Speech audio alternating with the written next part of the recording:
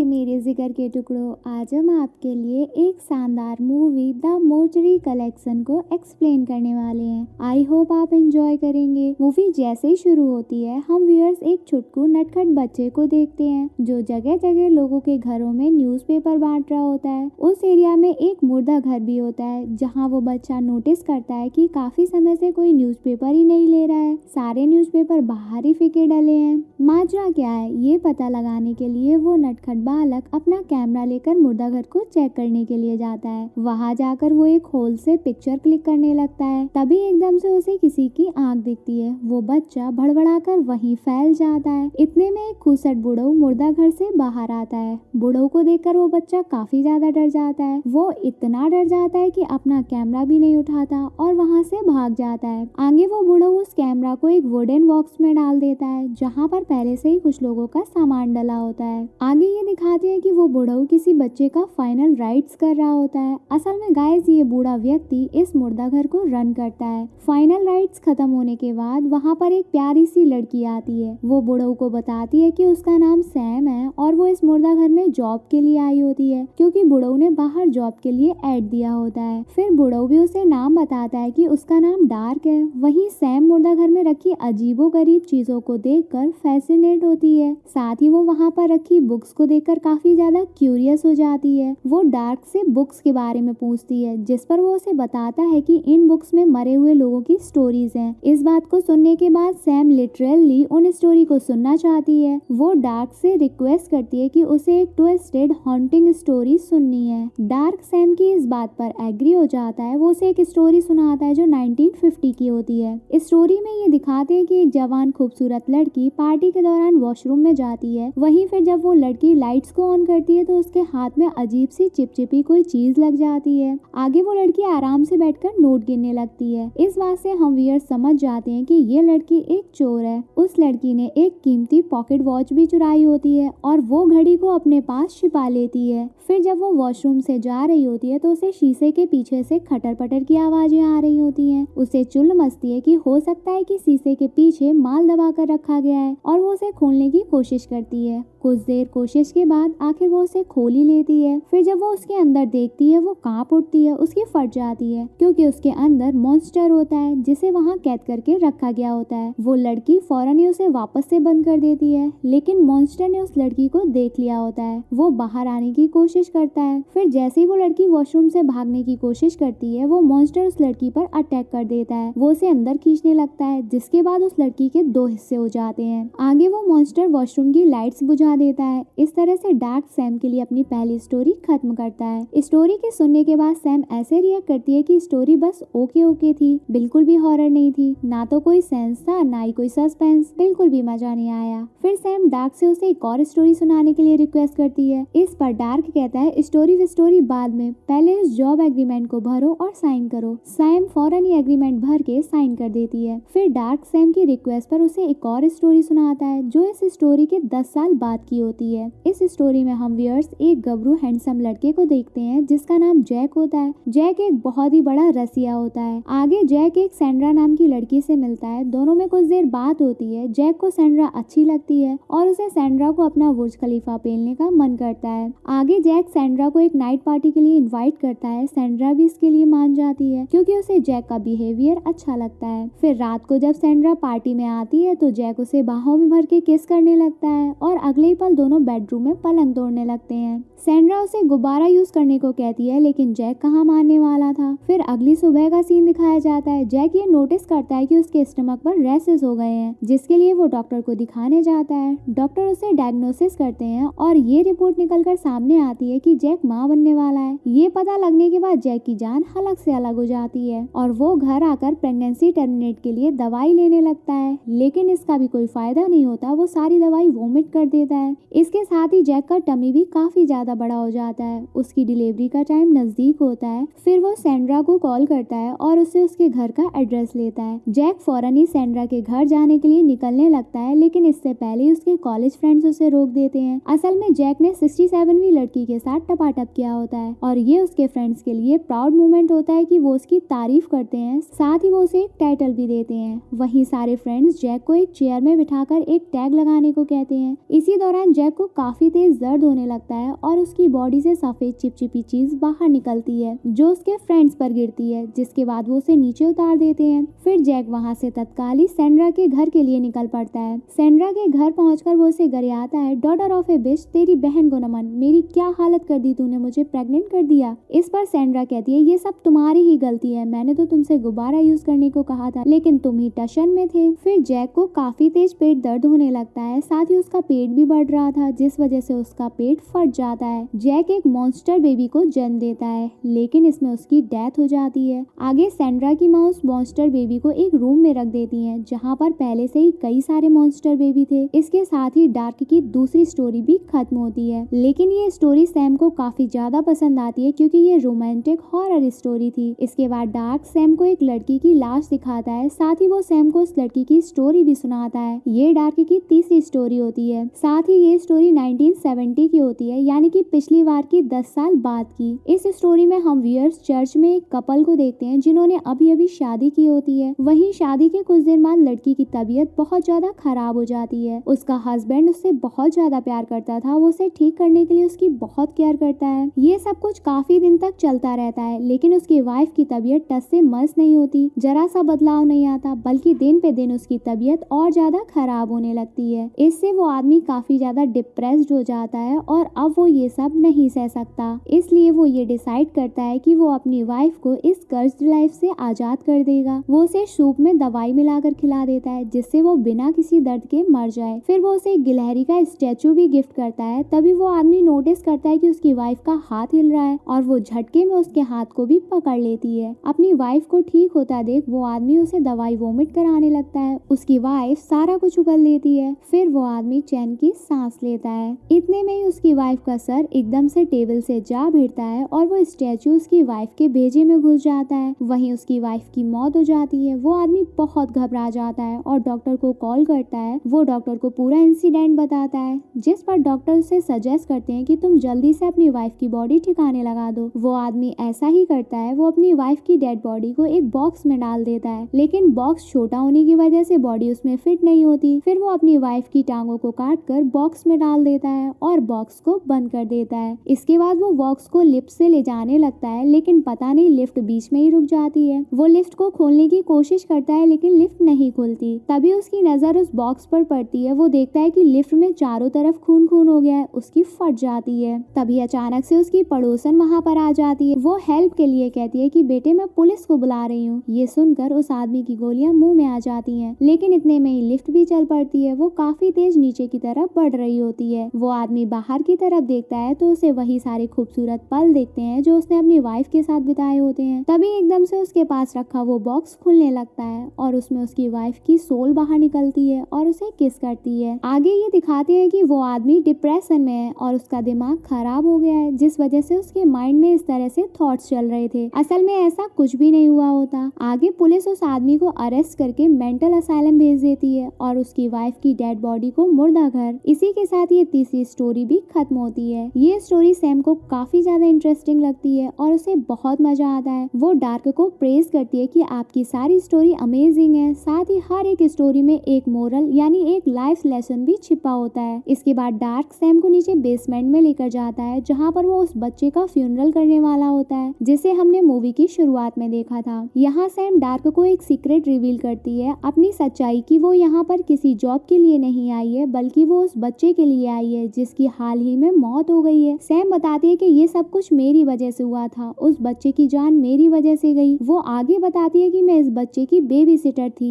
एक दिन इस बच्चे के पेरेंट्स घर पर नहीं थे, उन्हें आने में देर हो रही थी, इसलिए उन्होंने मेरे लिए वॉइस मैसेज छोड़ा था कि अगर मुझे भूख लगे तो मैं कुछ भी बनाकर खा सकती हूँ। मुझे भूख लग रही थी इसलिए मैं अपने लिए खाना बना रही थी। तभी मैंने टीवी पर एक न्यूज देखी कि मेंटल हॉस्पिटल से कुछ पेशेंट भाग गए हैं। कुछ देर बाद मुझे बाहर खटपट महसूस हुई। जब मैंने बाहर जाके देखा तो मुझे खून से लथपथ एक आदमी बाहर दिखा जो मुझसे मदद मांग रहा था। वहीं सैम उसके ऊपर लगे खून को साफ करने लगती है कि इतने में वो आदमी सैम का हाथ झटक देता है और कहता है कि तुम यहाँ क्या कर रही हो। इस पर सैम उस बंदे को कहते हैं चाचा मैं तो तुम्हारी मदद कर रही हूँ। तभी सैम एक न्यूज सुनती है कि एक पागल पेशेंट यहीं आसपास घूम रहा है। सैम को उस बंदे पर शक होता है कि हो ना हो ये पगला है और वो उस बंदे का हाथ जूसर मशीन में डालकर कचर देती है। सैम सैम उस बंदे की खूब तुड़ाई करती है। रिटर्न में वो बंदा भी सैम को पेलता है। दोनों में जोरदार फाइट होती है। इस फाइट में सैम काफी ज्यादा इंजर्ड हो जाती है। आगे वो बंदा उस बच्चे को मारने के लिए उसके रूम में जाता है, लेकिन तभी पीछे से सैम आ जाती है और उसकी खोपड़ी तोड़ देती है। वो उसका कान भी काट देती है और फिर उसे सीढ़ियों से नीचे फेंक देती है। सैम का अभी भी दिल नहीं भरता और फिर वो टीवी लाकर उस बंदे के ऊपर दे मारती है और कहती है, तुमने मेरा डिनर खराब कर दिया, तुम्हारा तो गेम ओवर। फिर कुछ देर बाद जब उस बच्चे के पेरेंट्स आते हैं तो घर की हालत देखकर वो बहुत घबरा जाते हैं। फिर वो उस बंदे की डेड बॉडी को देखते हैं। वो अपने बच्चे को ढूंढते हैं, वो उन्हें कहीं भी नहीं दिखता। फिर जब वो किचन में जाते हैं तो उन्हें ओवन में बच्चे की बॉडी के पार्ट्स मिलते हैं। अब यहाँ हम व्यूअर्स के सामने एक बहुत बड़ा सीक्रेट रिवील होता है कि ये बंदा जो मारा गया है असल में ये उस बच्चे का बेबी सिटर था और सैम वो मेंटल पेशेंट जो पागल खाने से भाग आई थी। सैम एक सीरियल किलर है, साथ ही एक आदमखोर जो बच्चों को मारकर अपना भोजन बनाती है। अबे माँ की आंख, दिमाग ही घूम गया। दूसरी तरफ डार्क सैम की ये स्टोरी सुनकर फौरन ही समझ जाता है कि सैम वही सीरियल किलर है जो बच्चों को मारकर उनका दांत निकाल लेती है। सैम डार्क से कहती है कि सुनो बॉडी के चिच्चा, मेरी ये सच्चाई किसी को मत बताना अगर अपनी खैरियत चाहते हो तो। वहीं डार्क भी ये प्रॉमिस करता है कि बेटे तेरी सच्चाई मेरे दिल में ही रहेगी, किसी से नहीं बताऊंगा मैं। तभी सैम डार्क से कहती है सॉरी डार्लिंग और डार्क को नाइफ से स्टैब कर देती है। सैम वहाँ से जाने लगती है, लेकिन तभी डार्क उठ खड़ा होता है, उसे कुछ भी नहीं होता। वो जोर जोर से हंसता है। इससे हम व्यूअर्स इतना तो समझ जाते हैं कि डार्क नॉर्मल इंसान तो बिल्कुल नहीं है। ये देखकर सैम डर जाती है और वहाँ से भागने लगती है, लेकिन वो कहीं भी नहीं जा पाती। मुर्दा घर उसके लिए भूल भुलैया जो बन चुका होता है। वहीं हम व्यूअर्स भी जानते हैं कि सैम ने जॉब अग्रीमेंट पर साइन किए हैं, जिस वजह से वो हमेशा के लिए यहीं फंस चुकी है। भागते भागते सैम लाइब्रेरी में आ जाती है। तभी डार्क भी उसके पीछे आ जाता है। वो उससे कहता है कि बेटे अभी तो ये शुरुआत है। इतना कहकर डार्क मंत्र फूंक देता है और लाइब्रेरी में से कुछ बुक्स गिरती हैं। इन बुक्स में उन्हीं बच्चों की स्टोरी थी जिन्हें सैम ने मार कर खा लिया था। फिर ये दिखाते हैं कि उन बुक्स से उन्हीं बच्चों की सोल बाहर निकलती है। वो सैम को दबोच लेते हैं और उसे नोच नोच कर खाने लगते हैं। आगे डार्क सैम की बॉडी में दोबारा से जान फूंक कर उसकी बॉडी को फिर से सिल देता है। फिर डार्क अरसों बाद उस मुर्दा घर से बाहर आता है, लेकिन जैसे ही डार्क पर सनलाइट पड़ती है उसकी बॉडी एक्सप्लोड हो जाती है और वो इस किल्लत से आजाद हो जाता है। असल में डार्क एक डीमन होता है जो खुद यहाँ इस मुर्दा घर में फंसा हुआ होता है, जिस तरह से सैम अब फंस चुकी है।